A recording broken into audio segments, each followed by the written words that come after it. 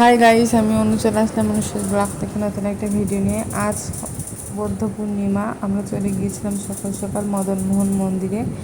এই যে শ্রী মদনমোহন মন্দিরের গেট। এই যে আমরা মদনমোহন মন্দিরের ভেতরে ঢুকলাম। রাধা মাধবের মন্দির, অনেক বড় এরিয়া আমাদের মদনমোহন মন্দির। এই যে এখানে আমাদের কীর্তন হয় প্রতি বছরে। আর এখন বৈশাখ মাসে প্রতিদিন সন্ধ্যার সময় গীতা পাঠ হয়। আজকে পূর্ণিমা উপলক্ষে আমরা মন্দিরে আসছিলাম পুজো দিতে। এই যে আমাদের রাধা মাধব, আপনারা সবাই আমাদের রাধা মাধবকে দর্শন করুন। অনেক জাগ্রত আমাদের রাধা মাধব। এই যে অনেক সুন্দর করে সাজানো ছিল মন্দিরটা, ছিমছাম পরিবেশ। যদিও আজ আমরা গিয়েছিলাম সবার প্রথমে, আমাদের পর সবাই আস্তে আস্তে আসলো মন্দিরে ভক্তরা। এই যে এখন সবার পুজোর গোছানো চলছিল। আজকে আবার সাথে মন্দিরে নারায়ণ পুজো হলো, পুজোর গোছগাছ চলছিল। এই যে এখানে ধূপদীপ জ্বালানো হয়েছে, প্রদীপটা জ্বালানো হয়নি। এই যে সবাই গুছাচ্ছিল নারায়ণ পুজোর।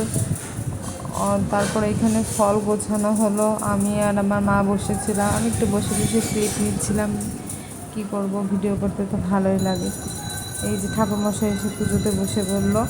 আস্তে আস্তে পুজো শুরু হলো, ঠাকুরমশাই পুজোতে বসলো।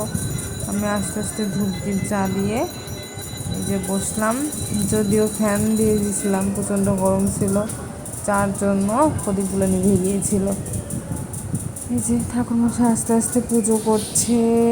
তারপর এই নারায়ণ শিলার স্নান করানো হলো দুধ দিয়ে, পুজো চলছিল।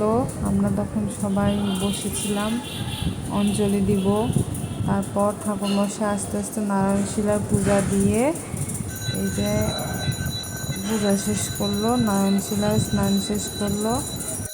এই যে ঠাকুরমশাই তারপর নারায়ণ শিলার পুজো শেষ করে আস্তে আস্তে রাধা মাধবের পূজা শুরু করলো।